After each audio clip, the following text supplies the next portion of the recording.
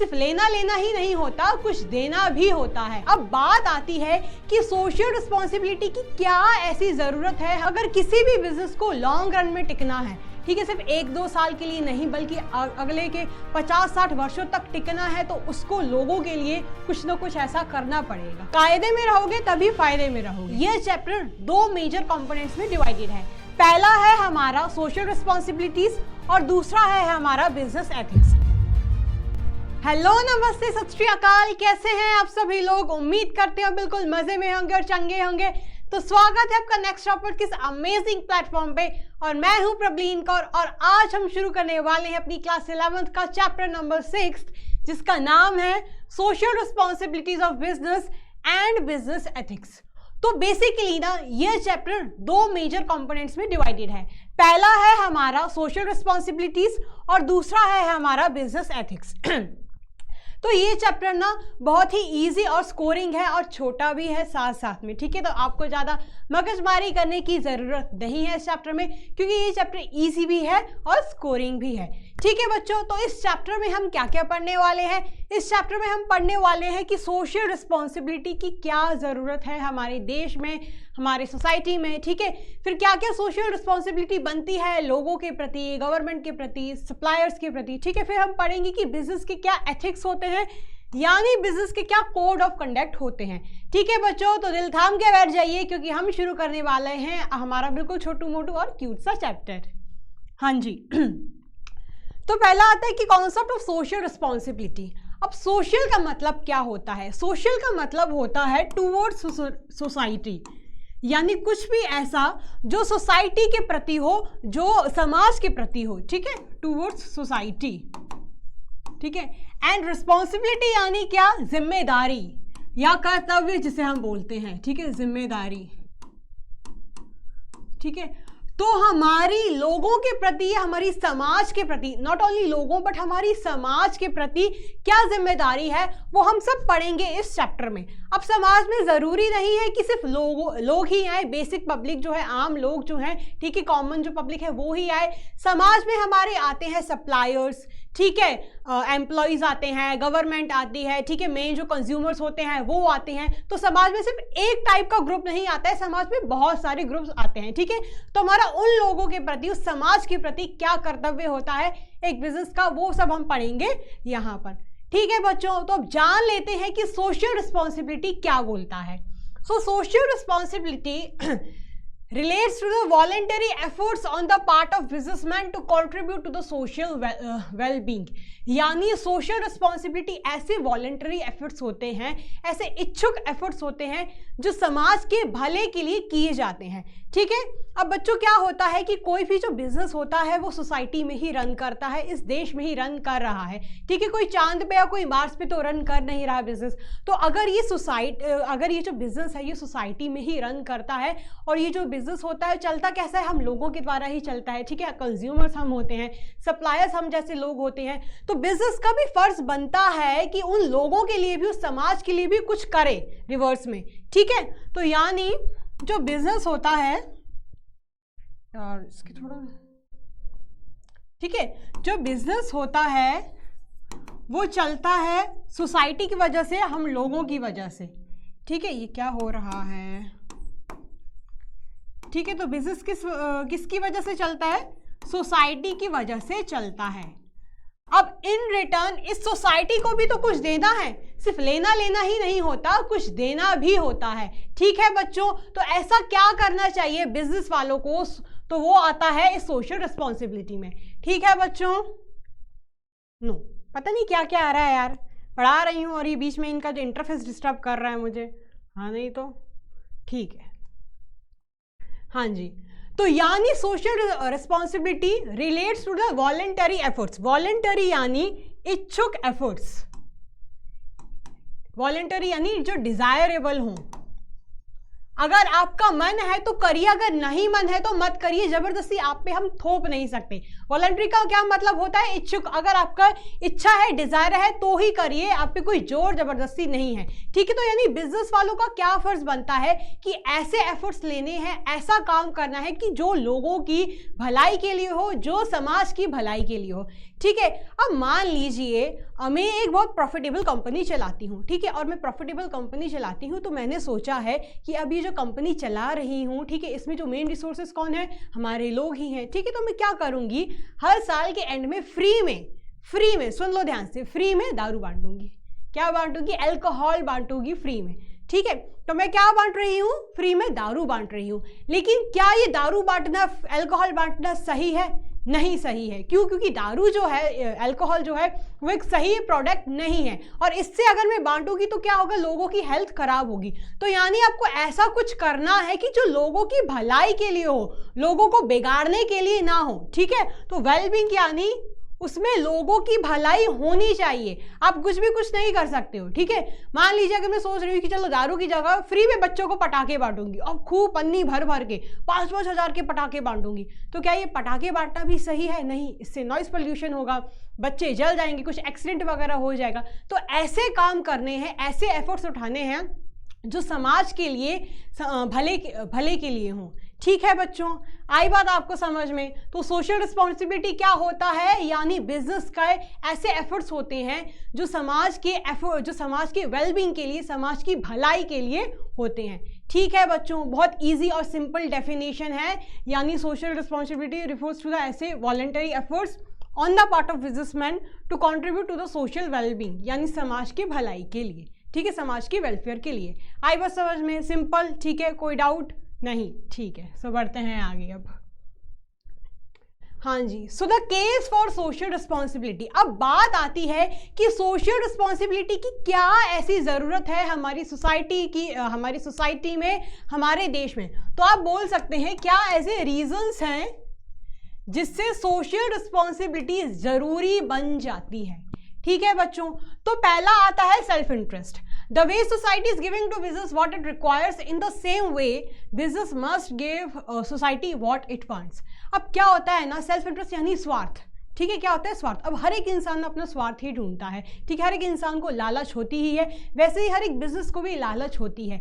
लेकिन उस लालच को अलग करके, ठीक है, क्या करना है बिजनेस वालों को? लोगों के लिए भी सोचना है, सोसाइटी के लिए भी सोचना है। क्योंकि जो उस बिजनेस में कौन काम करता है? एम्प्लॉयज़ काम करते हैं, ठीक है। और जो बिजनेस की जो गुड्स होते हैं वो कौन यूज़ करता है? हम जैसे लोग यूज़ करते हैं, कंज्यूमर्स यूज़ करते हैं।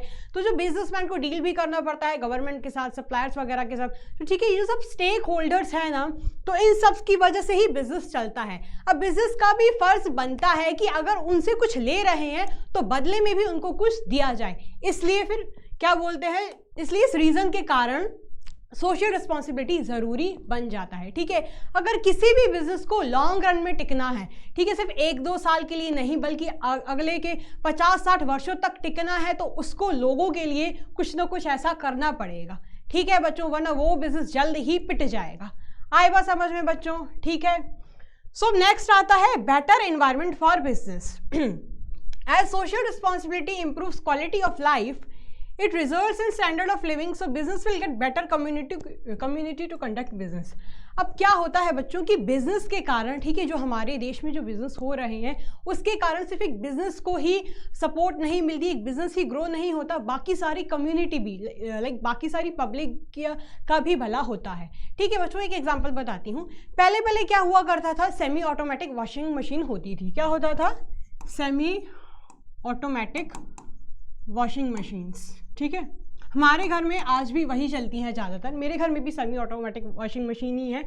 लेकिन अब वक्त आ गया है फुल्ली ऑटोमेटिक वॉशिंग मशीन्स का, ठीक है, फुल्ली ऑटोमेटिक वॉशिंग मशीन का। तो सेमी ऑटोमेटिक में क्या करना पड़ता था, सारे जो हमें कपड़े वगैरह निचोड़ने होते थे, ठीक है, हमें अलग अलग से टब्स लगाने पड़ते थे, बाल्टियाँ लगानी पड़ती थी, ठीक है, हमारी मम्मी वगैरह को, ठीक है, उसमें क्या होता था, ज़्यादा एफर्ट्स यूज़ होते थे। लेकिन फुल्ली ऑटोमेटिक वॉशिंग मशीन में क्या होता है, आपको बस डिटर्जेंट पाउडर और पानी डालना पड़ता है और बाकायदा जो कपड़े होते हैं वो ड्राई होके निकल जाते हैं और हमें बस क्या करना पड़ता है, जो तारें होती हैं, ठीक है, कपड़ों की जो तारें होती हैं उस पर बस कपड़े टांगने पड़ते हैं। तो इससे क्या हुआ है, कितना टाइम बच गया है लोगों का, ठीक है, लोगों का तो नहीं, ये सब काम हमारी मम्मी ही करती हैं बेचारियाँ, ठीक है, तो कितना टाइम बच गया है इंडियन मदर्स का, कितनी एनर्जी बच गई है, ठीक है। तो इससे क्या हुआ है, लोगों का टाइम बचा है, एनर्जी बचा है और लोगों का जो लिविंग स्टैंडर्ड है वो भी इम्प्रूव हुआ है, ठीक है। तो बिजनेस क्या करता है कि जो लोगों का जो लिविंग स्टैंडर्ड होता है वो भी इम्प्रूव होता है, ठीक है बच्चों। अब पहले क्या होता था कि वो जो कीपैड वाले मोबाइल चला करते थे, लेकिन आजकल एंड्रॉयड और iOS का ज़माना आ गया है, ठीक है, आपको हर व्यक्ति के पास एंड्रॉयड या तो iOS ही मिलेंगे, ठीक है बच्चों। तो एंड्रॉयड और iOS मोबाइल यूज़ करते हैं, सारी जो पेमेंट्स वगैरह आजकल लोग कर रहे हैं वो ऑनलाइन कर रहे हैं, जहाँ भी जाते हैं, ठीक है, हम कैमरा से बाकायदा फ़ोटोज़ खींचते हैं। तो इससे क्या हुआ है, हमारा लिविंग स्टैंडर्ड भी इम्प्रूव हुआ है। और ये जो मोबाइल फ़ोन्स वगैरह बना रहे हैं, ये जो वॉशिंग मशीन्स वगैरह बना रहे हैं, वो हम तो बनाते नहीं हैं, वो बिजनेस यूनिट्स, वो बड़ी बड़ी कंपनीज ही बनाती हैं। तो अल्टीमेटली ग्रेजुअली क्या हो रहा है, लोगों का लिविंग स्टैंडर्ड भी इम्प्रूव हो रहा है। इसलिए क्या बोल रहे हैं, बेटर इन्वायरमेंट फॉर बिजनेस।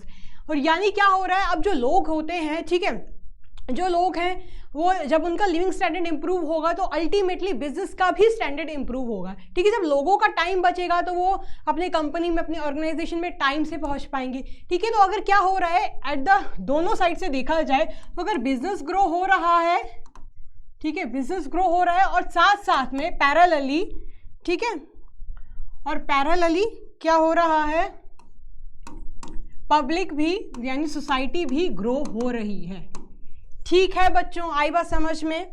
बढ़ते हैं हमारे नेक्स्ट रीजन की और नेक्स्ट केस की ओर, public image. If business is satisfying their expectations by assuming social responsibility, then the businessman can improve the image in the eyes of consumers, employees, etc. अब क्या होता है ना कि जो कंज्यूमर्स होते हैं, जो हम लोग होते हैं ना, बिजनेस से कुछ अच्छा ही एक्सपेक्ट करते हैं, ठीक है। अगर अच्छा एक्सपेक्ट करेंगे और अच्छा कंपनीज वाले करेंगे तो उनकी इमेज क्या होगी, बढ़ेगी, उनकी गुडविल बढ़ेगी, ठीक है, उनकी गुडविल क्या होगी, इंक्रीज होगी, गुडविल विल इंक्रीज। लेकिन अगर वो कुछ गलत करते हैं तो अल्टीमेटली लोगों की नज़रों में भी उनकी जो इमेज है वो गिर जाएगी और लोग फिर उनके पास क्यों जाएंगे, ठीक है। बदनाम इंसान के पास तो कोई नहीं जाता है ना बच्चों। तो अब क्या हो, जैसे कि हम टाटा कंपनी के बारे में सुन सकते हैं, जो टाटा कंपनी है उसकी पूरे विश्व भर में, पूरे वर्ल्ड में मिसाल ली जाती है, बिकॉज जो टाटा कंपनी है वो बहुत ही सोशल रिस्पॉन्सिबल कंपनी है, ठीक है बच्चों। तो क्या हो रहा है, जो टाटा कंपनी की गुडविल है उसकी वजह से ही आज वो इतनी चल रही है, ठीक है, आज वो इतनी सक्सेसफुल है, कितनी प्रॉफिटेबल कंपनी है। तो ठीक है, क्या होता है कि अगर आप लोगों को खुश रखते हो ना तो अल्टीमेटली आप भी खुश ही रहोगे। आई बात समझ में बच्चों आपको, ठीक है। बढ़ते हैं हमारे नेक्स्ट केस की ओर, वो है avoidance of government interference. Government intervention is costly to business and distracts their flexibility and freedom of making decisions. यानी अब ज़रूरी नहीं है कि जो सरकार है, सरकार पागल नहीं बैठी हुई है कि आप पे फालतू में कुछ ना कुछ रिस्ट्रिक्शंस लगाएगी। अगर आप सही डायरेक्शन में मूव करोगे तो गवर्नमेंट आप पे क्यों रिस्ट्रिक्शन लगाएगी, ठीक है बच्चों। अगर आप कुछ गलत करते हो तो ही आपके मम्मी पापा आपको डांटते हैं, तो ही आपकी टीचर्स आपको डांटती हैं अगर आप गलत डायरेक्शन में जाते हो, ठीक है। वैसे ही अगर कोई बिजनेस यूनिट अगर सही परफॉर्म करेगी तो उस पर फालतू के रिस्ट्रिक्शन से फालतू के लॉस लगेंगे ही नहीं। लेकिन अगर वो कुछ घपले करेगी, घोटाले करेगी तो अल्टीमेटली उसको जेल में फिर जाना ही पड़ेगा, ठीक है। उस बिजनेसमैन को, CEO वगैरह जो भी डायरेक्टर्स वगैरह हैं, उसको फिर जेल में जाना ही पड़ेगा। तो जो कायदे बने हुए हैं कंपनीज के लिए, बिजनेस यूनिट्स के लिए, अगर आप उसको प्रॉपरली फॉलो कर रहे हो तो आप भले में हो, ठीक है। अगर आप नहीं कर रहे हो तो फिर आपको भैया जेल में जाना पड़ेगा, आप पे पेनल्टीज लगेंगी, आप पे रेड भी डाला जाएगा, सब वगैरह सब कुछ वो पर्दाफाश हो जाएगा, ठीक है। तो यानी कायदे में रहोगे तभी फायदे में रहोगे, ठीक है बच्चों। तो उसको हम क्या बोल सकते हैं, कायदे में रहोगे, ठीक है, तो ही फायदे में रहोगे, कायदे में रहोगे तब ही फायदे में रहोगे। इसको ऐसे आप याद कर सकते हो, ठीक है बच्चों, फायदे में रहोगे। ये मैं इसको इसलिए लिख रही हूं ताकि आप इस पॉइंट को, इस जो वाक्य है ये, ठीक है, ये जो डायलॉग है इससे रिलेट कर पाएं और आपको कोई कंफ्यूजन ना हो। ठीक है बच्चों, आई बात समझ में। नेक्स्ट रीजन की ओर बढ़े। हाँ जी, ये क्या हो गया? फिर नेक्स्ट आता है हमारा सोशल पावर। ठीक है, पहला था हमारा सेल्फ इंटरेस्ट, दूसरा था बेटर एनवायरनमेंट फॉर बिजनेस, ठीक है, तीसरा हमने पढ़ा पब्लिक इमेज, चौथा हमने पढ़ा अवॉइडेंस ऑफ गवर्नमेंट इंटरफेरेंस, और अब हम पढ़ेंगे सोशल पावर। ठीक है, there must be a balance between the power and responsibility, any imbalance opens the door to irresponsible behaviour. अब क्या होता है कि कोई भी जो प्रॉफिटेबल कंपनी है, सक्सेसफुल कंपनी होती है, उसका नाम चलता है, ठीक है, और वो पावर में आ जाती है। जैसे कि अंबानी, अडानी क्या है, आज पावर में है। ठीक है, हमारी इंडियन इकोनॉमी की जो सबसे जो पावरफुल अगर कंपनी है तो वो रिलायंस इंडस्ट्रीज है। ठीक है, कौन है? रिलायंस इंडस्ट्रीज। ठीक है, लेकिन अब क्या होता है, इन इंडस्ट्रीज का यानी जो कंपनीज का क्या फर्ज होता है कि हम सोसाइटी के लिए भी कुछ ना कुछ अच्छा करें, उनकी भलाई के लिए कुछ ना कुछ अच्छा हम करें। लेकिन वो अगर कुछ नहीं करते हैं, कुछ घपला, कुछ घोटाला करते हैं, तो क्या होता है, उनके लिए द्वार खुल जाते हैं, ठीक है, रिस्ट्रिक्शंस वगैरह के। अगर वही बोला मैंने कि अगर आप कायदे में रहोगे तब ही आप फायदे में रहोगे। अगर आप भला करते हैं लोगों का, ठीक है, अगर आप कुछ ना कुछ सोशली रिस्पॉन्सिबिलिटीज निभाते हैं, ठीक है, तब तो सही है। लेकिन अगर आप कुछ नहीं करते, अगर आप टैक्स से बचते हैं, ठीक है, कुछ ना कुछ आप घोटाले वगैरह करते हैं, तो फिर आप जेल में जाओगे अल्टीमेटली। ठीक है बच्चों, तो आई बात समझ में कि पावर और रिस्पॉन्सिबिलिटी के बीच में आपको फर्क बना के रखना है। ठीक है, जो रिस्पॉन्सिबिलिटी और पावर के बीच में एक बहुत थिन लाइन होती है, आपको वो मेंटेन करके रखनी है। ठीक है, आपको यानी अपनी पावर का मिसयूज नहीं करना है। ठीक है, अगर आप फायदे में बैठे हुए हो, इतने टॉप पोजीशन पर बैठे हुए हो, तो आप लोगों की वजह से ही बैठे हुए हो, उस पावर का आप मिसयूज नहीं कर सकते हैं, ये यहाँ बोला गया है। ठीक है बच्चों, बढ़ते हैं हमारे नेक्स्ट पॉइंट की ओर। Resources used for moral justification. Business has resources such as money, talents, expertise. The businessman can assist government with these resources in solving problem. यानी क्या है, जो बिजनेस रिसोर्सेज यूज करती है, जैसे कि फिजिकल रिसोर्सेज, ठीक है, फिजिकल रिसोर्सेज, फाइनेंशियल रिसोर्सेज, वो सब कहाँ से आ रहा है? इस सोसाइटी की वजह से ही आ रहा है।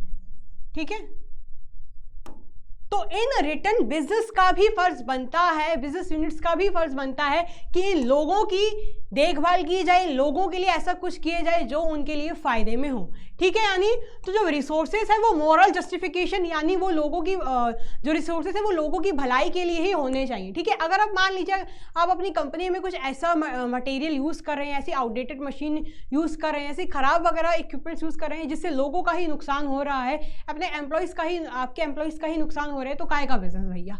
ठीक है, तो यानी जो बिजनेस है वो चलता किस वजह से है? फिजिकल और फाइनेंशियल रिसोर्सेज की वजह से चलता है, हम जैसे लोगों की वजह से चलता है। तो इन रिटर्न बिजनेस का भी फर्ज बनता है कि इनके लिए भी कुछ अच्छा किया जाए। आई बात समझ में बच्चों? ठीक है, फिर नेक्स्ट आता है हमारा कंट्रीब्यूशन टू सोशल प्रॉब्लम्स। अब इसको कैसे किया जा सकता है? Resources use for moral justification, जैसे कि आप जो भी रिसोर्सेज यूज़ करते हो वो कौन होता है? वो फिजिकल रिसोर्सेज तो मेन हम ही होते हैं। ठीक है, तो आप क्या करते हो, जो बिजनेस यूनिट्स क्या कर सकती हैं, किसी ऐसी जगह में फैक्ट्री सेटअप कर दें, किसी ऐसी जगह में अपनी कंपनी सेटअप कर दें जो बैकवर्ड एरिया की हो। ठीक है, तो उस वजह से क्या होगा, जो वहाँ के लोगों का भी विकास हो जाएगा, वहाँ के लोगों को भी एम्प्लॉयमेंट मिलेगी। ठीक है, और जब एम्प्लॉयमेंट मिलेगी तो क्या होगा, लोगों का लिविंग स्टैंडर्ड बढ़ेगा अल्टीमेटली। तो अल्टीमेटली फायदा बिजनेस वालों का तो हो ही रहा है, बल्कि सोसाइटी और इस देश का भी हो रहा है। ठीक है बच्चों, आई बात समझ में? तो यानी अगर आप एक हाथ से ले रहे हो तो दूसरे हाथ से दो भी। ठीक है बच्चों, बढ़ते हैं हमारे नेक्स्ट केस की ओर। सो नेक्स्ट है हमारा कंट्रीब्यूशन टू सोशल प्रॉब्लम्स, यानी बिजनेस वालों का ये फर्ज बनता है कि सोशल प्रॉब्लम्स की ओर भी कंट्रीब्यूट किया जाए। ठीक है, business must take initiative to solve social problems because these are created as a result of business operations, यानी बिजनेस वालों का फर्ज बनता है कि वो कुछ ना कुछ ऐसे सोशल प्रॉब्लम्स को रिजॉल्व करें, क्योंकि ये जो प्रॉब्लम्स होती है ना वो उन जैसी हमारे जैसी जो बिजनेस यूनिट्स हैं, ठीक है, उनकी वजह से ही क्रिएट होती हैं। ठीक है, तो अब क्या करते हैं, जो बड़ी बड़ी जब कंपनीज वगैरह सेटअप करते हैं ना, तो उनको क्या चाहिए होता है? ज़मीन चाहिए होती है, प्रॉपर्टी चाहिए होती है, लैंड चाहिए होती है। तो उसके लिए वो क्या करते हैं? पेड़ काट देते हैं उस जगह के सारे। ठीक है, पेड़ काट देते हैं, लेकिन फिर वो क्या करते हैं, अपने ईयर एंड में ये वादा लेते हैं कि हम ईयर एंड में 1500 या 2 लाख है, जितने भी उनका है, ठीक है, इतने हज़ार या इतने लाख पेड़ उगाएंगे किसी और जगह में जाके। अब क्योंकि उन्होंने किसी और जगह में सारे पेड़ काट के अपनी कंपनी सेटअप की है, तो उनका फर्ज बनता है वो किसी भले और जगह में जाके पेड़ लगवाएं। ठीक है बच्चों, आई बात समझ में? क्योंकि अब वहाँ जिस जगह में उन्होंने अपनी कंपनी सेटअप की है उस जगह के पेड़ सारे कट गए हैं, ठीक है, तो वहाँ तो प्रॉब्लम तो क्रिएट हुई है ना, ठीक है, वहाँ फर्क तो पड़ा है ना, इन्वायरमेंट प्रॉब्लम तो क्रिएट हुई है ना। तो इन रिटर्न वो क्या कर सकते हैं, कहीं और जाके या ऐसी कहीं जगह में जाके जहाँ ऑलरेडी प्रॉब्लम है पेड़ों की, वहाँ जाके क्या कर सकते हैं, पेड़ लगा सकते हैं, एफॉरेस्टेशन करवा सकते हैं। ठीक है बच्चों, और जैसे कि क्या होता है कि जो बड़ी बड़ी इंडस्ट्रीज वगैरह होती हैं वो सारा अपना कचरा डंप कर देती हैं नदियों में, ठीक है, पवित्र नदियों में। क्या कर सकते हैं इसके बजाय कि वो जो रिवर्स हैं, जो हमारी होली रिवर्स हैं हमारे देश की, उनको क्लीन करवा सकते हैं, क्लीनिंग प्रोग्राम्स लॉन्च करवा सकते हैं, ठीक है, स्वच्छ भारत अभियान जो ऑलरेडी चल रहा है उसके तहत डस्टबिन वगैरह सेटअप करवा सकते हैं, रोड्स वगैरह साफ करवा सकते हैं। ऐसे बहुत सारे आइडियाज़ हैं, लेकिन वो बिजनेस यूनिट्स पर ही डिपेंड करता है कि वो क्या ऐसा करवाना चाहते हैं। ठीक है बच्चों, तो वही कि जो सोशल प्रॉब्लम्स, जो समाज में प्रॉब्लम्स चल रही हैं, उसके लिए भी उनको कुछ करना पड़ेगा, उसको भी रिजॉल्व करने के लिए कुछ ना कुछ ऐसे उनको स्टेप्स उठाने ही पड़ेंगे। आई बात समझ में बच्चों? आप यहाँ तक नोट कर सकते हैं। हाँ जी बच्चों, सो आई होप आपने ये सब नोट कर लिया होगा, आपको अच्छे से समझ आ रहा होगा। अब बढ़ते हैं हमारे नेक्स्ट टॉपिक की ओर, जो ये बता रहा है कि क्या सोशल रिस्पॉन्सिबिलिटी बनती है डिफरेंट इंटरेस्ट ग्रुप्स की तरफ, यानी जो स्टेक होल्डर्स होते हैं, ठीक है, स्टेक होल्डर्स वगैरह के लिए क्या फ़र्ज बनता है। स्टेक होल्डर्स कौन होते हैं? स्टेक होल्डर्स यानी कंज्यूमर्स, हम जैसे लोग, ठीक है, हमारे जैसे लोग। एम्प्लॉयज़ यानी जो बिज़नेस यूनिट रहता है, ठीक है, जो भी कंपनी रहती है, उस कंपनी में जो काम करने वाले लोग होते हैं उनको हम बोलते हैं एम्प्लॉयज़, ठीक है। इन्वेस्टर्स, शेयर होल्डर्स या ओनर्स, यानी जो भी पैसा जो लोग लगाते हैं वो कौन बन जाते हैं? इन्वेस्टर्स, शेयर होल्डर्स बन जाते हैं। ठीक है बच्चों, फिर कौन होता है? गवर्नमेंट यानी सरकार, आपको पता ही है। फिर यानी कम्युनिटी यानी वो ही सोसाइटी, जो भी पर्टिकुलर सेक्टर रहता है, ठीक है, वो। ठीक है बच्चों, फिर सप्लायर्स यानी जो माल आगे का सप्लाई करते हैं बिजनेस का, ठीक है। हाँ जी, तो आप इसको कैसे याद कर सकते हैं? अब काफ़ी सारे स्टेक होल्डर्स हैं, ठीक है, तो स्टेक होल्डर्स को कैसे याद रख सकते हैं? C यानी कंज्यूमर्स, E यानी एम्प्लॉयज़, ठीक है, O यानी ओनर्स, ठीक है, CEO, ठीक है बच्चों, CEO, फिर CEO, फिर G यानी गवर्नमेंट, ठीक है, C यानी कम्युनिटी, S यानी सप्लायर्स, ठीक है, CEO और GCS, ठीक है, या GSC। अब ज़रूरी नहीं आप यही निमोनिक या यही एक्रोनियम बनाओ, आप अपने हिसाब से भी कुछ बना सकते हैं, लेकिन क्योंकि मुझे यही ईजी लग रहा था तो उस हिसाब से मैंने स्लाइड्स सेट करवाई थी। ठीक है बच्चों, तो उसका निमोनिक क्या बन रहा है? CEO कहाँ लिखूँ? CEO और GCS। ठीक है बच्चों, इस वाले को मिटा देती हूँ, थोड़ा टेढ़ा लग रहा है। ठीक है बच्चों, आई बात समझ में? हाँ जी, तो अब जानते हैं कि किस बिजनेस की क्या फ़र्ज बनता है, क्या रिस्पॉन्सिबिलिटी बनता है, ठीक है, कंज्यूमर्स के प्रति, यानी हमारे जैसे जो लोग होते हैं उनके प्रति बिजनेस का क्या कर्तव्य बनता है। ठीक है बच्चों, to ensure regular supply of goods and services, यानी बिजनेस का तो सबसे पहला ये फर्ज बनता है कि जो भी कंज्यूमर्स हैं उनको प्रॉपर सामान उन तक पहुंच जाए। ठीक है, जो भी उन्होंने ऑर्डर किया हुआ है, जो भी वो हमारी दुकान पे खरीदने आए हैं, ठीक है, किसी बिजनेस में खरीदने गए हुए हैं, वो सामान उन तक प्रॉपरली पहुंचे। ठीक है बच्चों, फिर to educate customer regarding the use of product, अब उस प्रोडक्ट को कैसे यूज़ करना है। अब कुछ जो प्रोडक्ट्स होते हैं बहुत टिपिकल होते हैं, नहीं पता होता कैसे यूज़ करनी है। ठीक है, जैसे कि लैपटॉप्स हुए, कंप्यूटर्स हुए या मोबाइल्स फ़ोन्स हुए, तो क्या होता है जब हम इन सामानों को ख़रीदते हैं तो हमें ऑलरेडी एक इंस्ट्रक्शन स्लिप मिलती है। ठीक है, एक इंस्ट्रक्शन बुकलेट टाइप मिलती है। ठीक है, उसमें ऑलरेडी इंस्ट्रक्शंस लिखे रहते हैं कि कैसे यूज़ करना है, कैसे नहीं करना है। तो वो क्या है, एक मेथड है एजुकेट करने का कंज्यूमर्स को। आई बात समझ में? फिर बीइंग ट्रूथफुल इन एडवर्टाइजिंग, यानी आप क्या सामान बेच रहे हो, ठीक है, आप क्या बोल रहे हो और क्या बेच रहे हो वो अलग नहीं होना चाहिए। ठीक है, यानी जैसे कि है red bull gives you wings. अब क्या रेड बुल वाकई में विंग्स देता है? नहीं, वो तो विंग्स नहीं देता है। तो रेड बुल पे केस हो भी चुका है कि वो ट्रूथफुल नहीं है अपनी एडवर्टाइजिंग में।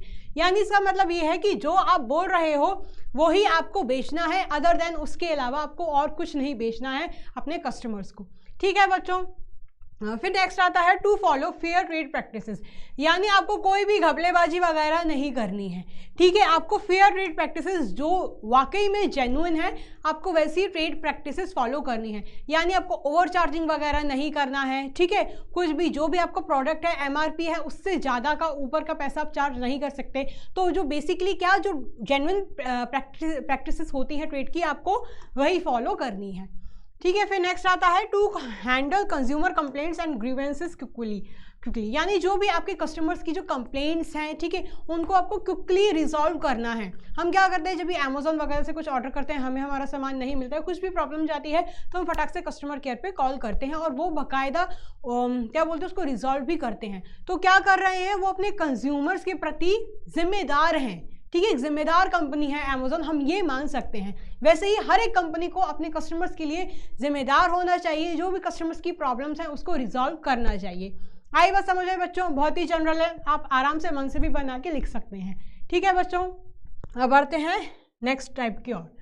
सो नेक्स्ट है हमारा एम्प्लॉयज़। यानी एम्प्लॉयज़ यानी ऐसे लोग जो उसी बिजनेस यूनिट में काम करते हैं। ठीक है, तो बिजनेस यूनिट, एक बिजनेस कंपनी का क्या फ़र्ज़ बनता है उसके एम्प्लॉयज़ के लिए। ठीक है, providing fair compensation and benefits.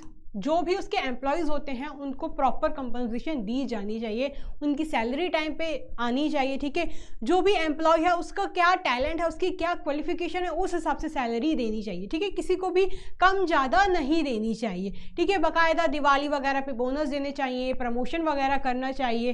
ठीक है, तो ये किस में आता है, फेयर कंपनसेशन एंड बेनिफिट्स। आपको ऐसे रिवार्ड्स, बेनिफिट्स यानी वही बोनस हुआ। ठीक है, कंपनसेशन में क्या आ रहा है, सैलरी एंड वेजेस। ठीक है, सैलरी एंड वेजेस। ठीक है, फिर नेक्स्ट आता है हमारा providing opportunities for personal growth and development. अब यानी जो अपने एम्प्लॉयज़ हैं उनकी ग्रोथ के लिए भी कुछ ना कुछ ऐसा करना चाहिए जो उनके लिए फ्रूटफुल हो। जैसे कि आप ट्रेनिंग प्रोग्राम्स वगैरह इंट्रोड्यूस करवा सकते हैं, जिससे हर एक एम्प्लॉय का विकास हो, उसकी पर्सनालिटी डेवलपमेंट हो। ठीक है बच्चों, तो मैं आपको सिर्फ ये पॉइंट्स रीड करके नहीं बता रही हूँ, मैं आपको पॉइंट्स की एक्सप्लेनेशन भी दे रही हूँ with the help of examples, ताकि आपको अगर ये पॉइंट्स याद हो या ना हो, ठीक है, नॉट नेसेसरी कि आप इन पॉइंट्स को याद ही करो, बल्कि आप जो एक्सप्लेनेशन में दे रही हूँ, जो एग्जांपल्स में समझा रही हूँ, उनकी वजह से आप अपने आंसर्स क्रिएट कर पाओ एग्जाम्स में। यही मेरा मेन गोल है बच्चों। ठीक है, मैं रटाने पर बिल्कुल भी फोकस नहीं कर रही हूँ, ना ही मैं ये कर रही हूँ कि जो लिखा हुआ है उसको हिंदी में ट्रांसलेट करके बता रही हूँ। ठीक है, जो लिखा हुआ है उसको बाकायदा मैं डीपली एक्सप्लेन करती हूँ ताकि आपको सब अच्छे से समझ आ जाए। ठीक है बच्चों, फिर नेक्स्ट आता है to develop a sense of belongingness. Belongingness यानी बिलोंगिंगनेस का सेंस मतलब एक अपनेपन की फीलिंग आनी चाहिए बच्चों। ठीक है, हम जहाँ भी काम करते हैं, ठीक है, अगर हमें वहाँ, हम जहाँ भी पढ़ते हैं, ठीक है, मान लीजिए आप अपने फ्रेंड सर्कल में होते हो, ठीक है, तो अगर आपका किसी दिन कोई भी ऐसा फ्रेंड एब्सेंट हो जाता है जिसकी आपसे बहुत अच्छी बनती है, तो आपको आइसोलेटेड फील होता है, तो आपको मज़ा नहीं आता, आपको बहुत अलग अलग सा फील होता रहता है। ठीक है, तो क्या करना चाहिए कंपनी वालों को, बिलोंगिंगनेस की फीलिंग डेवलप करनी चाहिए, एक ऐसा माहौल क्रिएट करना चाहिए जिससे हर एक एम्प्लॉय को अपनेपन की फीलिंग आए, उसको आइसोलेटेड या जोन्ड आउट की फीलिंग ना आए कि यार ये तो मुझे अपना मानते ही नहीं है। ठीक है, अगर ऐसा होगा ना तो वो जो एम्प्लॉय होगा वो अपना बेस्ट नहीं दे पाएगा ऑर्गेनाइजेशन में। आई बात समझ में बच्चों? ठीक है, तो बढ़ते हैं नेक्स्ट टाइप की ओर। यानी क्या रिस्पॉन्सिबिलिटी बनती है शेयर होल्डर्स, इन्वेस्टर्स और ओनर्स के जरिए। अब आप बोलोगे ओनर वो वाले ओनर जो बिजनेस को चलाते हैं, नहीं, ओनर, शेयर होल्डर, इन्वेस्टर यानी ऐसे लोग जो अपना पैसा लगाते हैं बिजनेस में। ठीक है, अगर ये जो लोग होते हैं अपना बिजनेस में पैसा लगा रहे हैं तो कुछ सोच समझ के और विश्वास करके ही उस कंपनी में पैसा लगा रहे हैं। ठीक है, तो बिजनेस का भी तो फर्ज बनता है कि इनको खुश करके रखा जाए। ठीक है बच्चों, तो कैसे रखना है वो जानते हैं। To ensure safety of investment, यानी जब कोई भी इंसान किसी कंपनी में इन्वेस्ट करता है ना, तो वो यही उम्मीद लगाता है कि हमारा पैसा सेफ रहेगा।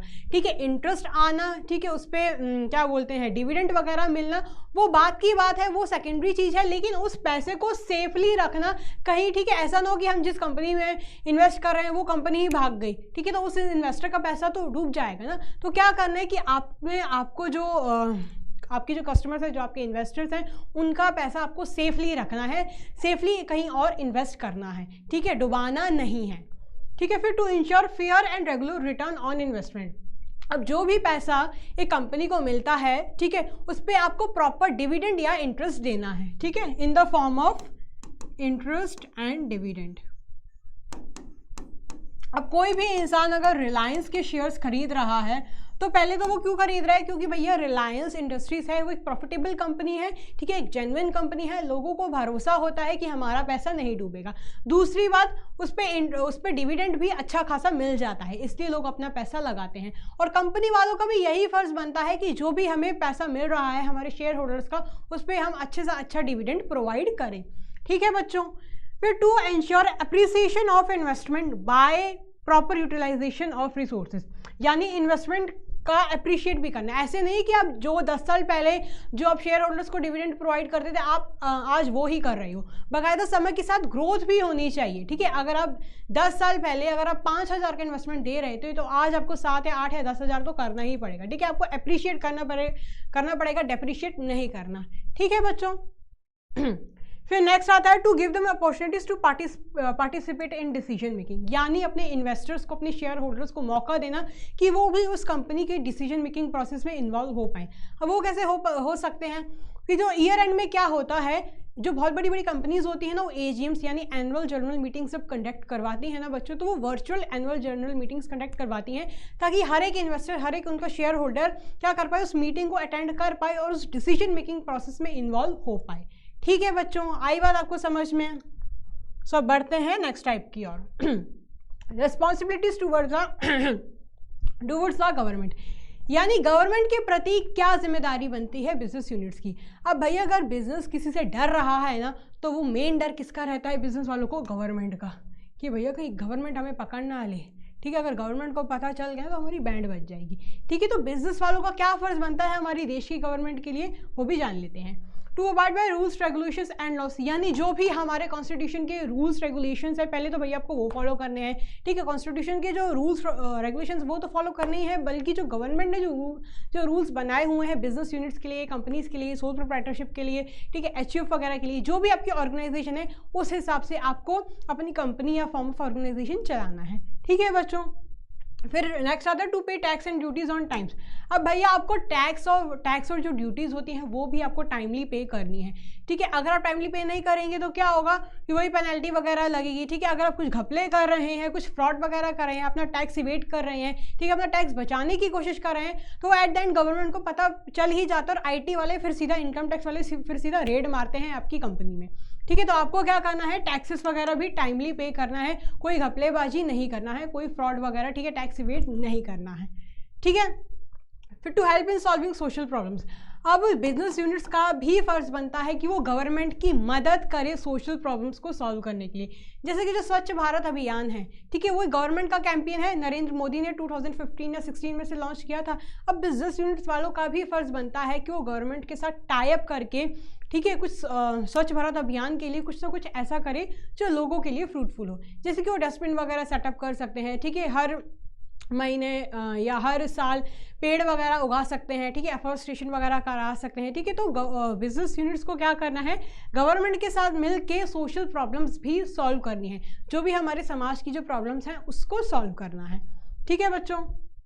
फिर next to cooperate in planning, investigation and administrative activities. अब क्या करना है, कुछ कंपनीज क्या होती हैं, जब गवर्नमेंट जब एडमिनिस्ट्रेटिव यानी जब कुछ इन्वेस्टिगेशन वगैरह करती है ना, तो वो कंपनीज भागती हैं, ठीक है, करने ही नहीं देती। लेकिन नहीं, जो कंपनीज होती हैं उनको गवर्नमेंट की प्रोसीजर में, गवर्नमेंट की इन्वेस्टिगेशन प्रोसीजर में हेल्प करनी पड़ेगी, ठीक है, कोऑपरेट करना पड़ेगा कि आइए आप हमारी कंपनी में आके अगर आपको कुछ गड़बड़ लग रही है तो आप इन्वेस्टिगेट कर सकते हैं। कंपनी वाले क्या करते हैं, ताला लगा के भाग जाते हैं, जैसे कि गवर्नमेंट को कुछ शक हुआ, ठीक है, कि इनके ऑफिस में कुछ ना कुछ घपला हुआ है, ठीक है, तो वो क्या करते हैं, रेड डालने जाते हैं। लेकिन क्या होता है कि इससे पहले क्या हो जाता है, कंपनी वालों को खबर मिल जाती है कि भैया गवर्नमेंट को पता चल गया है, अब हमारी बैंड बजने वाली है, और जो कंपनी वाले क्या करते हैं, अपना उस पर्टिकुलर डिपार्टमेंट को जहाँ उसमें सारे डॉक्यूमेंट्स वगैरह पड़े रहते हैं ना, जहाँ प्रूफ्स वगैरह पड़े रहते हैं, उस कमरे को ही जला देते हैं।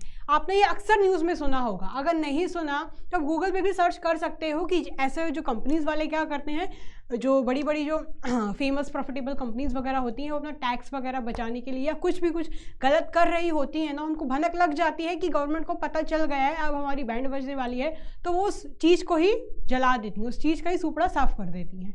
ठीक है बच्चों, तो क्या करना है, बिजनेस यूनिट्स को भी गवर्नमेंट की एडमिनिस्ट्रेटिव एक्टिविटीज़ में, इन्वेस्टिगेशन प्रोसीजर्स में हेल्प करनी है, ठीक है, कोऑपरेट करना है यानी। ठीक है बच्चों, आई बात आपको समझ में। अब बढ़ते हैं कि क्या जिम्मेदारी है कम्युनिटी के प्रति, कम्युनिटी यानी एक समाज के प्रति, ठीक है, वो भी जान लेते हैं।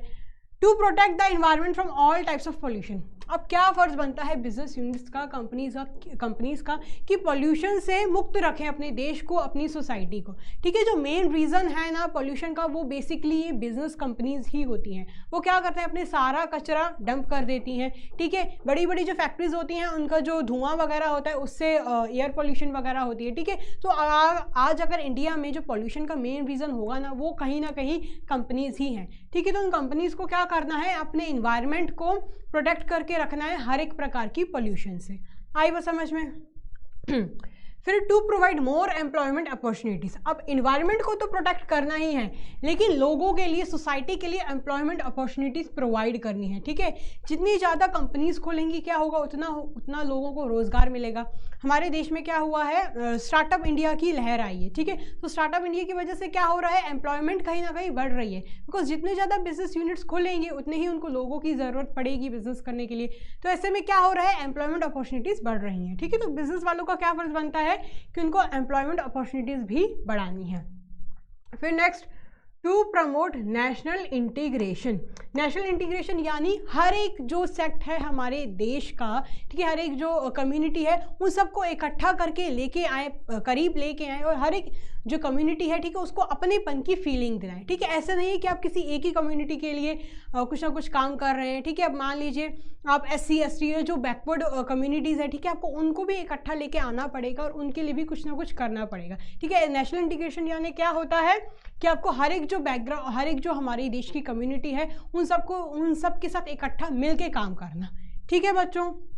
फिर providing economic stability. Economic stability यानी आपको देश के लिए, देश की जो स्टेबिलिटी है इकोनॉमिक, उसको मेंटेन करके रखना है। ऐसा नहीं है कि आप इतनी महंगाई कर दो, ठीक है, कि कोई इंसान है वो कुछ प्रोडक्ट्स अफोर्ड ही नहीं कर पा रहा। आपको अपना सामान इस तरह से बेचना है, इस प्राइस पे बेचना है कि हर एक इंसान उसको अफोर्ड कर पाए। ठीक है, जो स्पेशली जो बेसिक गुड्स होते हैं, ठीक है, उसको तो एटलीस्ट बेसिक प्राइस पर ही बेचना है, ताकि हर एक इंसान जो हमारे देश का है वो उसको अफोर्ड कर पाए। यानी आपको हाई प्राइसेस नहीं रखने हैं, आपको रीजनेबल प्राइसेस रखने हैं अपने गुड्स के। ठीक है, आई बात समझ में बच्चों। फिर नेक्स्ट आता है to preserve social and cultural values. यानी हर एक जो हमारे देश में अब एक रिलीजन या एक कम्युनिटी तो है नहीं। ठीक है, अलग अलग धर्म हैं, अलग अलग जाति हैं, तो उन सब धर्म और जाति के जो लोग हैं उन सब की जो वैल्यूज़ होती हैं, ठीक है, उनको, उनकी जो रिलीजियस वैल्यूज़ होती हैं, जो कल्चरल वैल्यूज़ होती हैं, उनको प्रिजर्व करके रखना है।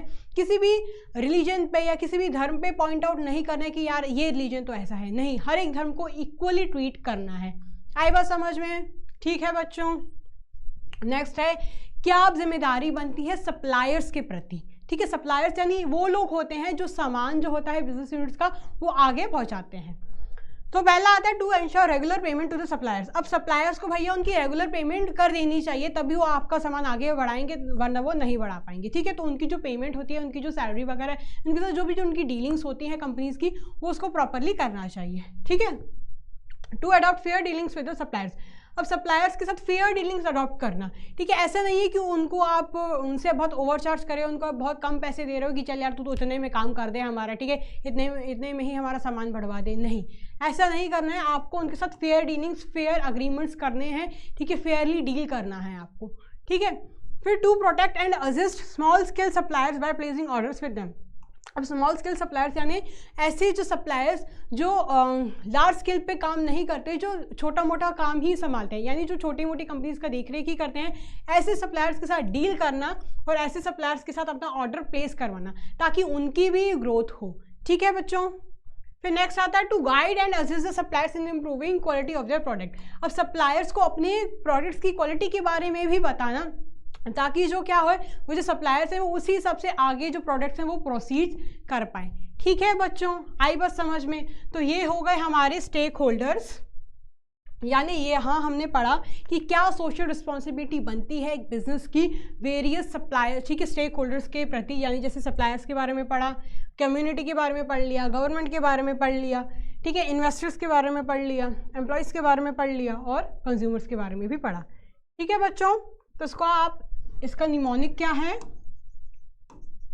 ठीक है, CEOGCS, क्योंकि बच्चे क्या करते हैं, भूल जाते हैं कि यार 1 2 3 4 5 6 नाम है, तो आधे तो वो भूल ही जाते हैं, 3 या 4 ही उनको याद रहते हैं। लेकिन अगर आप इस निमोनिक से याद रखोगे ना, तो आपको अपने आप सारी एक्सप्लेनेशन आपके दिमाग में ऑलरेडी बैठी हुई है, आप फिर आराम से एग्जाम में जाके लिख सकते हो। ठीक है, C से कंज्यूमर, E से एम्प्लॉयज़, O से ओनर्स, G से गवर्नमेंट, ठीक है, C से कम्युनिटी, S से सप्लायर्स। आई बात समझ में बच्चों? ठीक है, आप चाहते हैं तो आप नोट कर सकते हैं। ठीक है, हाँ जी बच्चों, सो आई होप आपने नोट कर लिया होगा इधर तक। अब हम पढ़ेंगे बिजनेस एंड एनवायरनमेंट प्रोटेक्शन के बारे में। तो अब ये जो टॉपिक है ना, ये बहुत ही इजी है, क्योंकि ये टॉपिक हम बचपन से पढ़ते आए हैं। स्पेशली हमने बचपन में तो बहुत ही अच्छे से पढ़ा हुआ था, बिकॉज ये पॉल्यूशन वगैरह से रिलेट करता है, एनवायरनमेंट प्रोटेक्शन वगैरह के बारे में। ठीक है, सो ये टॉपिक अगर आप चाहें तो अपने छोटे भाई बहन से भी पढ़ सकते हैं, वो आपको ज़्यादा अच्छे तरीके से पढ़ा देंगे। मैं ये नहीं बोल रही कि मैं अच्छा नहीं पढ़ाती, पर उनको भी बाकायदा सब कुछ पता होगा इन टॉपिक्स के बारे में। ठीक है बच्चों, so the greatest problem that industries and businessmen are creating is that of pollution. अब जो सबसे मेन प्रॉब्लम जो इंडस्ट्रीज और बिजनेसमैन कर रहे हैं ना, वो अपने ही देश का नुकसान कर रहे हैं पॉल्यूशन क्रिएट करके। ठीक है बच्चों, क्या होता है, मैंने आपको जैसे बताया ही, जो बड़ी बड़ी इंडस्ट्रीज़ वगैरह होती हैं, वो जो अपना गैस, जो धुआं वगैरह, स्मोक वगैरह रिलीज़ करती हैं, तो उससे क्या होता है, एयर पॉल्यूशन होता है।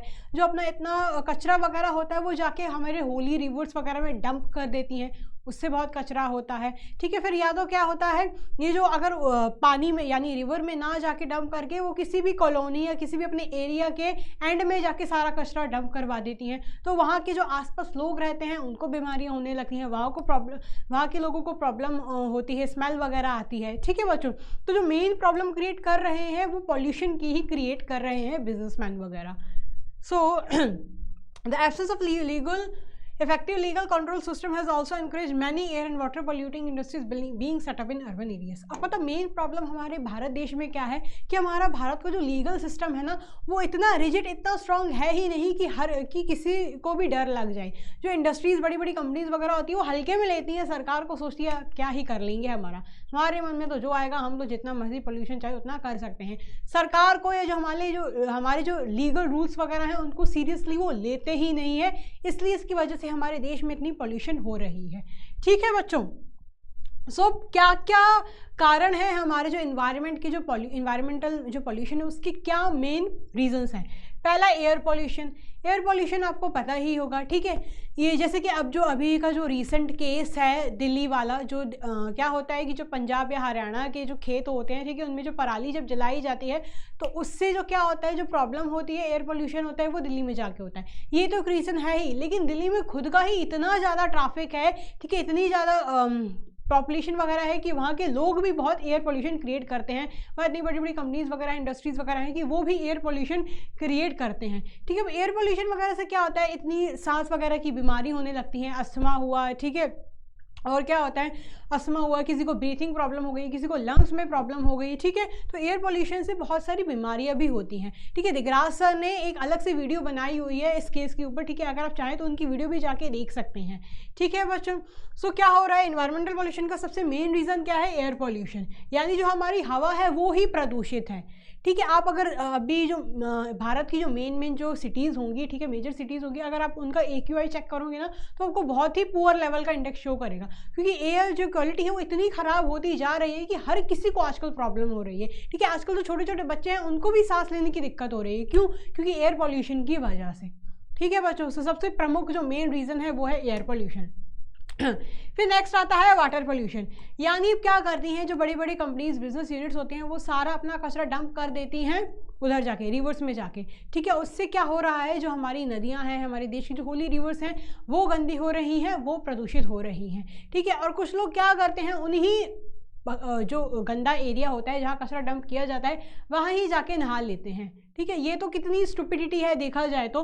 मैंने एक रीसेंट रील में भी देखा था कि जो एक लेडी थी वो क्या कर रही थी, जो क्या बोलते हैं इंडस्ट्रीज जो अपना क्या बोलते हैं कचरा डंप कर देते हैं ना, तो वहाँ एक लेथर सी क्रिएट हो गई थी, तो उसमें जाके अपना हेयर वॉश कर रही थी। ठीक है, तो ये कितनी स्टुपिडिटी है। हम इंडियंस को भी समझना पड़ेगा कि जो पॉल्यूटेड वाटर है हम उससे तो दूर ही रहें, क्योंकि उससे बहुत सारी बीमारियां क्रिएट होती हैं। ठीक है, वही पानी क्या होता है फिर हमारे घरों में आता है। ठीक है, वो जो पानी है वो प्योरली तो प्योरीफाई हो नहीं जाता, तो वो पानी भी इतनी सारी बीमारियां को उत्पन्न करता है। ठीक है, उससे कितनी सारी डिसीजेस होती हैं, कोलोरा वगैरह। ठीक है बच्चों, फिर आता है लैंड पोल्यूशन।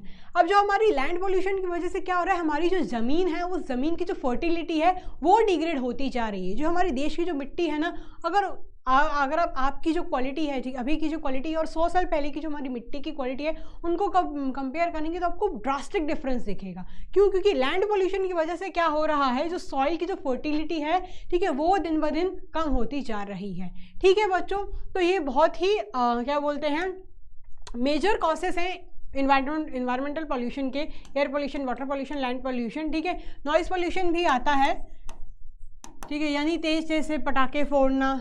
ठीक है, ये जो हॉर्न्स वगैरह होते हैं गाड़ियों की, ठीक है, उसकी वजह से भी होता है। बट जो मेन रीजंस है वो यही है, एयर, वाटर और लैंड पोल्यूशन। इनके बारे में आप आराम से अपनी एक्सप्लेनेशन मन से क्रिएट कर सकते हैं। ठीक है बच्चों, सो बढ़ूँ मैं आगे। हाँ जी, अब आता है नीड फॉर पोल्यूशन कंट्रोल। क्यों हमें पोल्यूशन को कंट्रोल करना चाहिए वो हम जानेंगे यहाँ पे। ठीक है, ऑफकोर्स जो पोल्यूशन होता है वो किसी एक इंसान पे इफेक्ट नहीं करता, वो जितने भी लोग होते हैं सबको इनडायरेक्टली प्रभावित होते ही हैं उस पोल्यूशन की वजह से।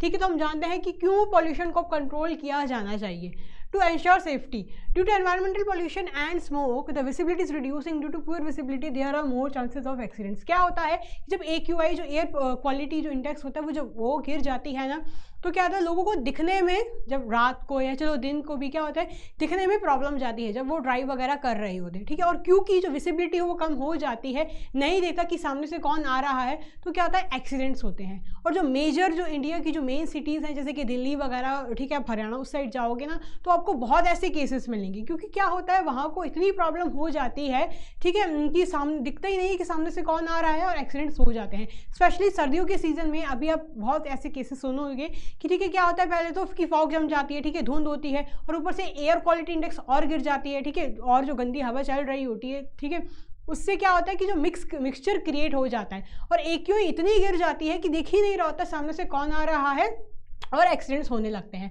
तो अगर इंडिया में एक्सीडेंट्स होते हैं ये स्पेशली, तो ज़्यादातर एक्सीडेंट्स कब होते हैं, सर्दियों में ही होते हैं, रात को होते हैं स्पेशली, क्योंकि AQI उस समय बहुत गिर जाती है, और स्पेशली दिल्ली वगैरह एरिया में तो कुछ ज़्यादा ही। ठीक है बच्चों, फिर क्या है, तो हर एक इंसान की सेफ्टी हो, हर एक इंसान मौत वगैरह से बच के रहे। ठीक है, तो इसलिए ज़रूरी है कि पॉल्यूशन को कंट्रोल किया जाए। फिर नेक्स्ट आता है economic losses. Air pollution is blackening the building, water pollution is affecting the sea life. क्या हो रहा है अब एयर पॉल्यूशन की वजह से कि जो हमारे भारत की जो मेन मॉन्यूमेंट्स हैं, हेरिटेजेस हैं, वो भी ब्लैकन हो रहे हैं। ठीक है, आपने सुना ही होगा कि ताजमहल कुछ समय पहले क्या हो रहा था, ताजमहल का जो व्हाइट मार्बल था वो भी, उसकी जो क्वालिटी थी वो भी डिग्रेड हो रही थी। वो किस वजह से हो रही थी, एयर पॉल्यूशन की वजह से हो रही थी। ठीक है, वाटर पॉल्यूशन के कारण क्या हो रहा है, सी लाइफ यानी जो जीव जंतु समुद्र में पाए जाते हैं, मछलियाँ वगैरह, ठीक है, उनकी भी जो लाइफ है वो डेड होती जा रही है। अब उनकी लाइफ जब डेड हो रही है तो इसका इफेक्ट होता है वो पूरे साइकिल पर पड़ता है। ठीक है, उन पर ही नहीं पड़ा है, डायरेक्टली इनडायरेक्टली हम पर भी पड़ेगा। ठीक है बच्चों, फिर land pollution is affecting the fertility of land, bringing heavy economic losses for the country. अब जो क्योंकि जो लैंड की क्वालिटी है वो भी डिग्रेड होती जा रही है। ठीक है, तो क्या होता है इसकी वजह से क्या होता है, अर्थक्वेक वगैरह जल्द ही आ जाते हैं। ठीक है बच्चों, तो एयर पोल्यूशन की वजह से क्या हो रहा है, बिल्डिंग्स वगैरह ब्लैकन हो रही हैं। वाटर पोल्यूशन की वजह से सी लाइफ पर इफेक्ट पड़ रहा है, और लैंड पोल्यूशन की वजह से हमारी जो देश की जो फर्टिलिटी है, देश की जो ज़मीन है, उसकी फर्टिलिटी गिरती जा रही है। ठीक है बच्चों, तो पहले तो हर एक इंसान की सेफ्टी इंश्योर हो, सेफ्टी सुनिश्चित हो। ठीक है, हर एक इंसान बच के रहे, सेफ रहे। फिर इकोनॉमिक लॉसेस यानी हमारे देश में भी बहुत नुकसान हो रहे हैं इसकी वजह से। फिर नेक्स्ट आता है हमारा to maintain the natural beauty, the pollution is having direct impact on the natural beauty. अब जो हमारा ये जो इंडिया है ना, भारत देश है ना, बहुत ही सुंदर देश है। आपको जम्मू कश्मीर के सेब से लेके केरला के मसालों तक आपको सब कुछ मिल जाएगा हमारे इंडिया में। इससे लेकिन क्या हो रहा है, पोल्यूशन से क्या हो रहा है, हमारी जो देश की जो नेचुरल ब्यूटी है ना वो गिरती जा रही है। हमारा इंडिया में अलग अलग कल्चर्स मिल जाएंगे, आपको पहाड़ भी मिलेंगे, नदियाँ भी मिलेंगी, खेत भी मिलेंगे, सब कुछ है। हमारा इंडिया अपने आप में बहुत सेल्फ सफिशिएंट है, लेकिन पॉल्यूशन की वजह से जो हमारे देश की जो खूबसूरती है ना वो बिगड़ती जा रही है। ठीक है बच्चों, तो हमें भी as a citizen, as an aware citizen हमें क्या करना चाहिए, हमें पॉल्यूशन को कंट्रोल करना चाहिए। ठीक है बच्चों, हमें क्या करना चाहिए, इतने पढ़ लिख गए हैं, आप इतने अच्छे स्कूल्स में जा रहे हैं, तो आपको भी क्या करना है, जब भी आप कहीं बाहर निकलते हो ना, आपने कुछ खाया, चिप्स का पैकेट खाया, फेंक दिया धरी रोड पे। नहीं बच्चों, ऐसा नहीं करना है। ये मैं आउट ऑफ द टॉपिक जाके आपको बता रही हूँ कि आपको कि अगर आसपास कोई डस्टबिन नहीं है तो ठीक है, आप उसको अपने पास रख लो। ठीक है, फिर जहाँ डस्टबिन दिखे वहाँ जाके उसको डंप कर दो, डिस्पोज कर दो। ठीक है, लेकिन अपने क्या करना है, आपको हर कहीं रोड्स पे वगैरह पे नहीं फेंकना है। ठीक है, आप हर कहीं स्पिट कर देते हो, नहीं, डस्टबिन दिए तो हुए हैं, आप डस्टबिन में जाके स्पिट कीजिए। ठीक है बच्चों, तो आपको भी अपने देश की सुरक्षा करनी पड़ेगी। ठीक है, आप अपने देश का जो साफ सुथरा रखना पड़ेगा आपको देश को। ठीक है बच्चों, फिर नेक्स्ट आता है to ensure healthy life. Pollution control is must to ensure healthy life of people because it's the root cause of many diseases. अब पॉल्यूशन जड़ बनती जा रही है बहुत सी बीमारियों की। ठीक है, दिल्ली में जो मेजर बहुत सारे लोगों को क्या होती है, सांस में दिक्कत होने लगती है। क्यों होती है, एयर पोल्यूशन की वजह से। ठीक है, जो पानी आजकल का खराब आ रहा है इसलिए लोगों को बहुत बीमारियां हो रही हैं। तो क्या है, पॉल्यूशन सिर्फ अब बाहर तक ही सीमित नहीं रहा, घर तक भी पॉल्यूशन घुस गया, आप ऐसा समझ सकते हैं। ठीक है, तो पॉल्यूशन बहुत सारी बीमारियों को जन्म दे रहा है, इसलिए हर एक इंसान अपनी हेल्दी लाइफस्टाइल जिए, स्वस्थ रहे, खुशहाल रहे, ठीक रहे, इसलिए हमें पॉल्यूशन को कंट्रोल करना पड़ेगा। ठीक है, to lead a comfortable life, pollution control is required to reduce inconvenience so that people can lead a comfortable and healthy lifestyle. क्या है, जो पॉल्यूशन है, ठीक है, वो एक अनकंफर्टेबल लाइफ को भी जन्म देने लगता है कहीं ना कहीं। और अगर हम पॉल्यूशन को कंट्रोल करेंगे तो हम खुद ही एक आसान भरी जिंदगी जिएंगे। ठीक है, मान लीजिए क्या होता है, ट्रैफिक जब लग जाता है, ठीक है, जब ट्रैफिक लग जाता है तो हम कितने परेशान होते हैं, हम अपने ऑफिस नहीं पहुंच पाते, स्कूल नहीं पहुंच पाते, कॉलेज नहीं पहुंच पाते, हम लेट हो जाते हैं और हम फ्रस्ट्रेट होने लगते हैं, खूब हॉर्न पे हॉर्न बजाने लगते हैं कि अरे यार क्या कर रहे हो, गाड़ी आगे बढ़ाओ ना। ठीक है, हम लड़ने लगते हैं। तो इससे क्या होता है, जो हमारा लाइफस्टाइल है वो भी बिगड़ रहा है, हम ऑफिस लेट पहुंच रहे हैं, कॉलेज लेट पहुंच रहे हैं, हमें वहां जाके डांट अलग पड़ती है। तो इससे क्या हो रहा है, हमारा जो लाइफस्टाइल है वो उस पर भी इफेक्ट पड़ रहा है। तो उन सब चीज़ों को कंट्रोल करना पड़ेगा अगर हमें अच्छा लाइफस्टाइल जीना है।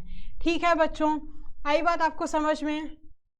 तो हमें क्यों पॉल्यूशन को कंट्रोल करना है, ताकि सेफ्टी एंश्योर रहे।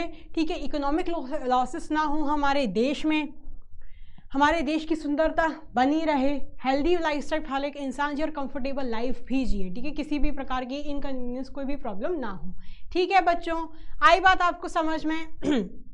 अब सेकंड कंपोनेंट आता है बिजनेस एथिक्स। ठीक है, यानी ये लास्ट ही है, आप ऐसे समझ सकते हैं। ठीक है, तो बिजनेस एथिक्स क्या होता है, बिजनेस एथिक्स ऐसी वैल्यूज होती हैं जो बिजनेस को कंडक्ट करवाती हैं। ठीक है, जैसे कि हमारे घर में एथिक्स होते हैं। ठीक है, इतने बजे हमें उठना है, सुबह 8 बजे सबको उठ जाना है, रात को 10 बजे सबको सो जाना है, ये खाना है, यहाँ ऐसा कुछ नहीं खाना, जंक फूड नहीं खाना। तो ये सब क्या हमारे घर के एथिक्स हैं। वैसे ही बिजनेस के भी अपने अपने एथिक्स होते हैं। ठीक है बच्चों, it refers to the set of moral values or standards or norms which guide the activities of a businessman. It involves critical analysis of human acts to determine whether these are right or wrong. यानी जो business ethics होते हैं ना, ये determine करते हैं क्या सही है क्या गलत है। ठीक है, यानी ये आप ऐसे बोल सकते हैं, डूज एंड डोंट्स होते हैं एक बिजनेस के, कि क्या एक बिजनेसमैन को करना चाहिए, क्या नहीं करना चाहिए, आपको ये सारी चीज़ें करनी चाहिए, ये नहीं करना चाहिए। ठीक है बच्चों, आई बात समझ में? तो एक बेसिकली ये एक ऐसे रूल्स होते हैं जिसको हर एक बिजनेसमैन को बिजनेस का जो एम्प्लॉय होता है उसको फॉलो करना पड़ता है। ठीक है, यानी आप कायदे कानून इसे बोल सकते हैं अपनी डे टू डे भाषा में। ठीक है बच्चों, आई बात समझ में? हाँ जी, तो बिजनेस एथिक्स के क्या एलिमेंट्स हैं तो वो जान लेते हैं, यानी कौन बिजनेस एथिक्स को फॉर्म करता है, क्या ऐसे उसके एलिमेंट्स होते हैं वो हम जानेंगे यहाँ पे। Top management commitment, top management has a very important role to guide the entire organisation towards the ethical behaviour. जो टॉप मैनेजमेंट का बहुत बड़ा रोल रहता है, इनफैक्ट सबसे ज़्यादा रोल इनका ही रहता है ना, 70 to 80% रोल इनका ही रहता है। अब क्या होता है, हमारे घर में भी हम क्या बोलते हैं कि हम किसी को टोकते हैं कि बेटा बच्चों के सामने ना ऐसी बातें मत करो, वरना वो भी वही बात सीख जाएंगे। तो हम किसी बड़े को टोक रहे हैं ताकि वो सामने छोटे बच्चे के सामने ऐसी बातें ना करे और छोटा वाला जो बच्चा है वो ऐसी बातें ना सीखे, ऐसी बुरी बातें ना सीखे। तो वैसे ही अगर टॉप मैनेजमेंट ही सही होगा, टॉप मैनेजमेंट के डिसीजंस ही सही होंगे, अगर वो ही सही डायरेक्शन में परफॉर्म कर रहे होंगे, तो बाकी के जो सब ऑर्डिनेट्स होंगे या जो लोअर मैनेजमेंट कमेटी के जो बंदे होंगे, एम्प्लॉयज़ होंगे, वो भी सही डायरेक्शन में ही काम करेंगे। ठीक है बच्चों, अगर हमारे घर के जो बड़े बुजुर्ग अच्छे होते हैं, अगर वो हमें अच्छे विचार, अच्छे मॉरल वैल्यूज़ प्रोवाइड करते हैं, तो हम भी सही डायरेक्शन में ही चलते हैं। ठीक है बच्चों, तो वैसे ही जो टॉप मैनेजमेंट होता है वो बहुत ही बड़ा रोल प्ले करता है, क्योंकि वही एथिकल बिहेवियर डिसाइड करता है, वही डिसाइड करता है कि क्या करना है क्या नहीं करना है। ठीक है बच्चों, फिर नेक्स्ट आता है publication of A code. These code cover various areas such as healthy and safety in the workplace, fair dealing in selling and marketing activities, etc. यानी इस कोड में क्या लिखा रहता है कि आपको अपने कस्टमर्स के साथ कैसे डील करना है, कोई भी घपलाबाजी नहीं करनी है, कोई भी फ्रॉड नहीं करना है अपने कस्टमर्स के साथ। ठीक है, अपने एनवायरनमेंट में, अपने बिजनेस यूनिट में, अपने कंपनी में healthy and safe work place create करनी है। ठीक है, ऐसी पुरानी सुरानी या बाबा आदम के ज़माने की मशीन्स नहीं सेटअप कर देनी जिससे जो एम्प्लॉयज़ को प्रॉब्लम आए, कोई भी ख़राब मशीन नहीं सेटअप कर देनी जिससे कुछ एक्सीडेंट हो जाए। तो आपको हर एक बिजनेस यूनिट का जो भी एम्प्लॉय है, जो भी बिजनेस के साथ जुड़ा हुआ है, हर एक इंसान के बारे में सोचना है। ठीक है बच्चों, तो पब्लिकेशन ऑफ कोड यानी इस कोड में सब कुछ लिखा रहता है कि आपको कैसे डील करना है अपने कस्टमर्स के साथ, अपने एम्प्लॉयज़ के साथ। ठीक है, आपको कैसे रहना है, क्या करना है क्या नहीं करना है। ठीक है बच्चों, हाँ जी। फिर establishment of compliance mechanism. The employees of the organization must be free to report about the matters of unethical behavior in the organization and suitable mechanism should be established. अब क्या है भैया, आपने रूल्स सेट कर तो लिए, लेकिन क्या चल रहा है, रूल्स फॉलो हो रहे हैं नहीं फॉलो हो रहे हैं, वो हमें पता चलेगा इस कंप्लायंस मैकेनिज्म में। अब क्या करना है कि हर एक बिजनेस यूनिट को, कंपनी को क्या करना है कि अपने एम्प्लॉयज़ को भी मौका देना है ताकि वो उनको भी इन्वॉल्वमेंट की फीलिंग आए। ठीक है, उनको भी मौका देना है कि आपके साथ क्या गलत हो रहा है, आपको क्या नहीं अच्छा लग रहा है, उनको पूरा अधिकार देना है, हक देना है कि वो अपनी प्रॉब्लम्स शेयर कर पाएँ अपर मैनेजमेंट तक। ठीक है बच्चों, तो यानी कंप्लायंस मैकेनिज्म का एस्टैब्लिश करवाना ताकि जो भी इंसान उस कंपनी के साथ जुड़ा है उस इंसान को भी अधिकार हो अपना मैसेज, अपना ओपिनियन बताने का। ठीक है बच्चों, आई बात समझ में। फिर वही आता है involving employees at all levels while making ethical programs and policies, employees must be involved because these have to be practiced them only. अब जब कोई भी हम स्कीम या कुछ भी रूल बनाते हैं तो वो रूल्स बेसिकली एम्प्लॉयज़ के लिए ही होता है उस बिज़नेस का। ठीक है, तो जब वो पॉलिसीज हम बना रहे हैं, जो रूल्स हम बना रहे हैं, तो रूल्स बनाते वक्त एम्प्लॉय से भी पूछना है क्या आपको ये रूल उचित लग रहा है या नहीं। ऐसा नहीं कि टॉप मैनेजमेंट या अपर मैनेजमेंट कमेटी ने खुद ही कुछ बना लिया और सीधा उन पर थोप दिया कि कल से ये रूल लागू हो रहा है, चुपचाप फॉलो कर लेना। नहीं, ऐसा नहीं है, बाकायदा एम्प्लॉय से भी पूछना है हम ऐसा रूल बनाने की सोच रहे हैं, इस पर आपका क्या सजेशन है, आप क्या एडवाइस करना चाहते हैं, ताकि उनको भी वो बिलोंगिंगनेस की, अपनेपन की फीलिंग आए। ठीक है बच्चों, अगर आप ऐसे स्ट्रिक्ट या रिजिड रूल्स बना के उन पर सीधा थोप देंगे तो फ्रस्ट्रेट हो जाएंगे, परेशान हो जाएंगे और आपके साथ 1 महीना काम करेंगे, 1.5 महीना काम करेंगे, फिर अल्टीमेटली एम्प्लॉयज़ भी छोड़ते चले जाएंगे। ठीक है बच्चों, आई बात समझ में। और एम्प्लॉयज़ को इंगेज करने के लिए, इन्वॉल्व करने के लिए आप हर महीने या हर साल क्या कर सकते हैं, ऐसी प्रोग्राम्स लॉन्च कर सकते हैं जिनको अपनेपन की फीलिंग आए, जैसे best employ of the year, ठीक है, hard working employ of the year, ऐसा कुछ भी करके ऐसा कुछ प्रोग्राम्स कंडक्ट करवा सकते हैं, वर्कशॉप्स वगैरह कंडक्ट करवा सकते हैं जिससे एम्प्लॉयज़ को अपनेपन की फीलिंग आए। ठीक है बच्चों, हाँ जी। फिर नेक्स्ट आता है रिजल्ट। अब सब कुछ इतना कुछ कर ही लिया, फिर लास्ट में आता है कि रिजल्ट्स को भी मेजर करें कि क्या परफॉर्मेंस आ रही है। Although it is very difficult to measure the ethical results, but it must be verified and audited that how far work is being carried on according to ethical standard. अब क्या है, कोई ये टारगेट परफॉर्मेंस तो है नहीं कि हम मेजर कर ले कि हाँ भैया इसको हमने इतना सेल्स का टारगेट दिया था तो इसने ये कंप्लीट करवा लिया, ये इसमें ऐसा तो है नहीं। इसमें क्या है, एथिकल रूल्स फॉलो हो रहे हैं नहीं फॉलो हो रहे हैं, वो तो हमें खुद ही फिजिकली मैनुअली ऑब्जर्व करना पड़ता है। ठीक है बच्चों, कि ये जो रूल है, ये जो एम्प्लॉय है पंक्चुअल है, ये टाइम पर आ रहा है, टाइम पर घर जा रहा है, ठीक है, अपने काम पर फोकस कर रहा है, ठीक है। इस तरह से हम रिजल्ट को मेजर कर सकते हैं। इस तरह हम क्या कर सकते हैं, वेरीफाई और ऑडिट कर सकते हैं। मतलब वेरीफाई करना, चेक कर सकते हैं कि रूल फॉलो हो रहा है या नहीं, जो हमने रूल बनाया है। ऑडिट करना यानी चेक करना, ठीक है, यानी ऑडिट करना यानी चेक करना कि जो रूल्स बनाए हैं उन रूल्स को एम्प्लॉयज़ फॉलो कर रहे हैं, नहीं फॉलो कर रहे हैं। तो इस तरीके से हम क्या कर सकते हैं, रिजल्ट्स को मेजर कर सकते हैं। तो ये है हमारे एलिमेंट्स बिजनेस एथिक्स के, ठीक है, कि टॉप मैनेजमेंट कमिटमेंट जो होती है वही सबसे पहले कमिटमेंट बनाती है, वही रूल्स वगैरह डिसाइड करती है, ठीक है। कोड पब्लिश करवाना यानी क्या करना है क्या नहीं करना, डूज एंड डोंट्स, ठीक है। फिर कंप्लायंस मैकेनिज्म यानी अगर आपको कुछ भी प्रॉब्लम है तो आपको पूरा अधिकार होना चाहिए बताने का, ठीक है। फिर इन्वॉल्विंग एम्प्लॉयज़ को इन्वॉल्व करना अपनी ऑर्गेनाइजेशन में, अपने एम्प्लॉयज़ को वो फीलिंग देना बिलोंगिंगनेस की, ठीक है। फिर लास्ट में हमें रिजल्ट मेजर करना, ठीक है बच्चों। आई बात आपको समझ में, आई होप आपको ये चैप्टर बहुत अच्छे तरीके से समझ आ गया होगा। ये चैप्टर बहुत ही स्वीट और छोटा सा था, ठीक है। ये चैप्टर होता है ख़त्म, आपके एग्जाम्स करीब आ रहे हैं तो आपको अपनी मेहनत जारी रखनी है बच्चों। Till the time take care, stay blessed, thank you so much, bye bye.